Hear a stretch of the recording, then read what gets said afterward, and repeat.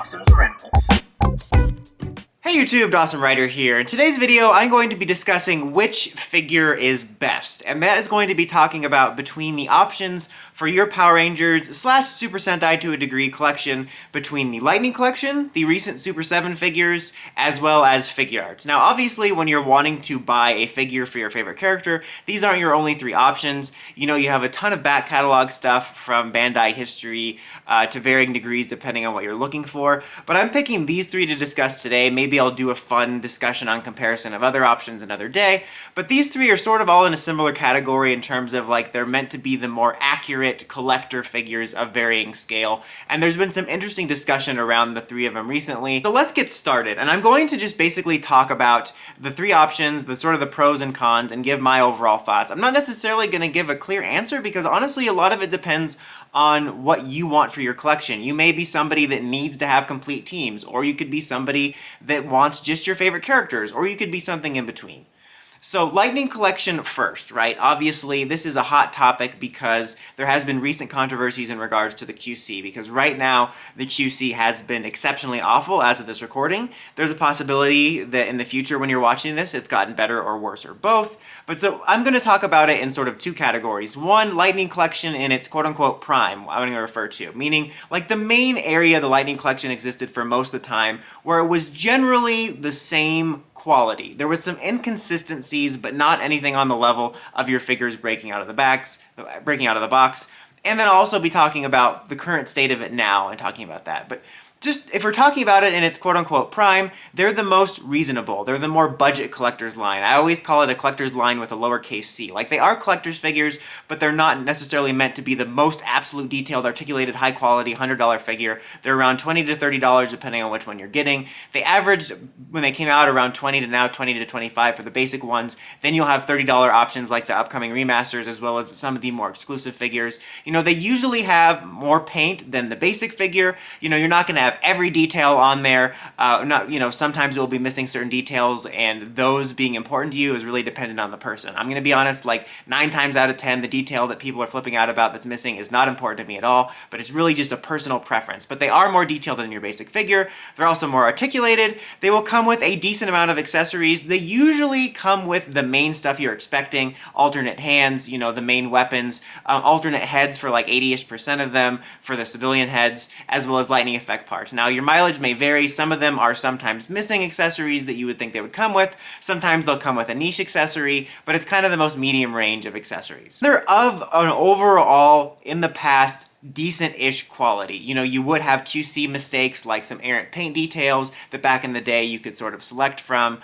You might get a mispainted like visor and stuff like that. But back in the day, the quality of the plastic and everything was overall solid-ish. Not the most expensive, solid feeling, but they didn't feel exactly breakable. Now, unfortunately, now we are in this case where we have these brittle figures, where you're having these more significant mistakes rather than what I would consider to be personal preference mistakes, or, you know, your average quality control mistakes that you would get with the Hasbro lines, where you're having figures that are now so brittle that they're breaking easily, or they're coming with the wrong hands or arms. And that is something, as of this recording, you will have to deal with. Now, hopefully, not saying like you have to deal with it, like let's just get over it, but I mean, that's something to be considering right now. Now, there's hopefully a chance they could fix it, or it could get worse before it gets better, but we don't know as of right now.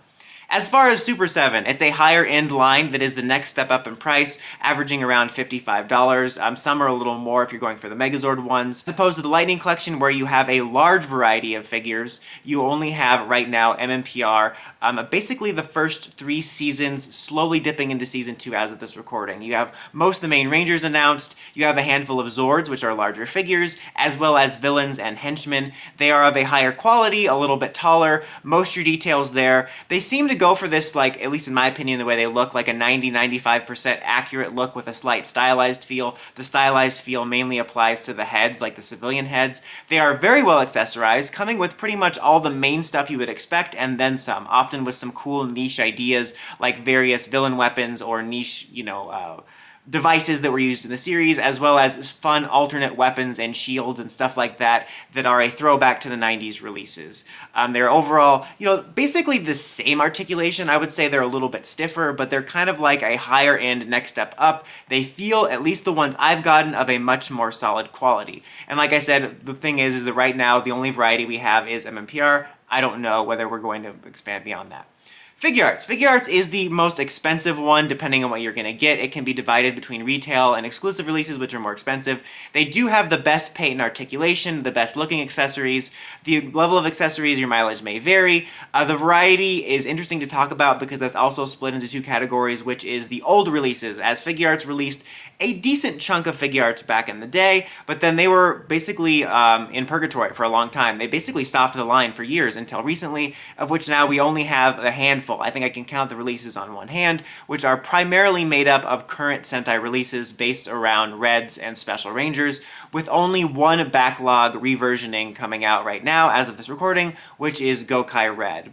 So you're going to have a slight quality difference there of the past, some of them holding up, some of them not, depending on your preferences. We are going to be getting new ones that are going to be of a better updated quality, but how often we get them depends. Let's go over each of them and talk about the pros and cons now that I've laid out what you have. So with the Lightning Collection, what are the pros? The pros are obviously the variety. They have the most variety out of all three of these, and they have the potential for the most variety. They've completed the most teams, they have the potential to complete the most teams. We've gotten stuff from completed teams to niche characters from the comics, niche characters like the A-Squad, villains, henchmen, even Monsters of the Week. You obviously have the most variety and the better chance of completing your collection. I don't know, I can't guarantee they're going to complete every Ranger or every core team, but you have the best chance of completing your personal goals. If your personal goal is to collect one of every 6 Ranger and complete like Time Force and SPD, you have the greatest chance of being able to do that. That's obviously a huge pro. Another pro is the price, the cheapest of the bunch. Obviously right now they're literally the cheapest of the bunch with the QC problems,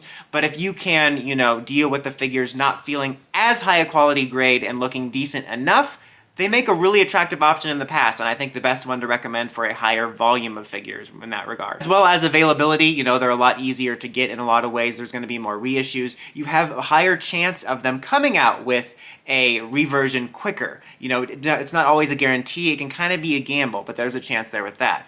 Now, obviously, the cons are there's going to be various mistakes and QC issues of varying degrees. Right now, the number one biggest con is the current QC issues of the brittle and terrible figures, in which case I wouldn't recommend them as the best option. However, we're talking about Lightning Collection in their heyday. It really just depends on what you're willing to put up with. Like, do you care if the visor's a slightly wrong color? Do you care if this shoulder paint's slightly missing or the morpher is flipped the wrong way? That stuff I personally don't care about all that much because it's something that I'm not going to really notice. But they're all varying degrees of minor details, as well as stuff like, oh, you might have a little errant black paint splotch here, or maybe this one figure's helmet is inaccurate. However, there's a bit of a positive negative there where there's a chance they could come out with a reversion. Obviously, they're going to be doing the MMP remastered figures, but they also released some updated figures, like of MMPR Black. So if you were building an MMPR collection and you kept skipping over the Black Ranger because you didn't like his helmet, there's a better chance of them coming out with an update quicker, which is both a positive and a negative for some people. But basically, it's a little bit more of a gamble, but you have just as many opportunities to have a flop as you do to have something that you could possibly fix or get better down the line. Now, for Super 7, the positives are they're just honestly very well-made figures. I think it's a very well-made figure if you're an MMPR fan. They're very well accessorized, so if you're someone that really likes a lot of accessories and a lot of options, you have like everything you'd want and then some, which is really nice. You also have the nice ability to have the Zords in the mix, which is really cool, which is something Lightning Collection obviously doesn't have within the figure realm. It's kind of more like the Zap releases. Figuarts obviously doesn't really have that. I think the closest was that Akiba Ranger transforming one, but that's going to be something that would be exceedingly rare. It's not really even done, if you know what I mean. So bottom line is you have cool stuff like Tyrannosaurus and Dinozord and Dragonzord figures, which is a really cool bonus and variety. You're going to be getting stuff like the villains, possibly some more niche villains you might not even get. Obviously, the cons are they are very pricey. It's going to be a lot more expensive to complete the MMPR team here than with Lightning Collection. It brings up an interesting possible conversation of comparing, like let's say for the anniversary you want to get a high-end collection of your Core 6, Core 7 MMPR Rangers. Do you go for Super 7 or do you go for the remasters? It's hard to say right now because the remaster figures for Hasbro do look better than their original releases, but if they are the brittle quality for a higher price tag, it makes it harder to recommend those. Obviously I don't know right now. I'm just saying if that happens, that would be unfortunate. Obviously you're still saving about 20 or 20 plus bucks by going for those over the Super 7s, but I can't imagine getting a remastered higher end Lightning Collection figure and having the brittle problem. So it'll be interesting to compare those two.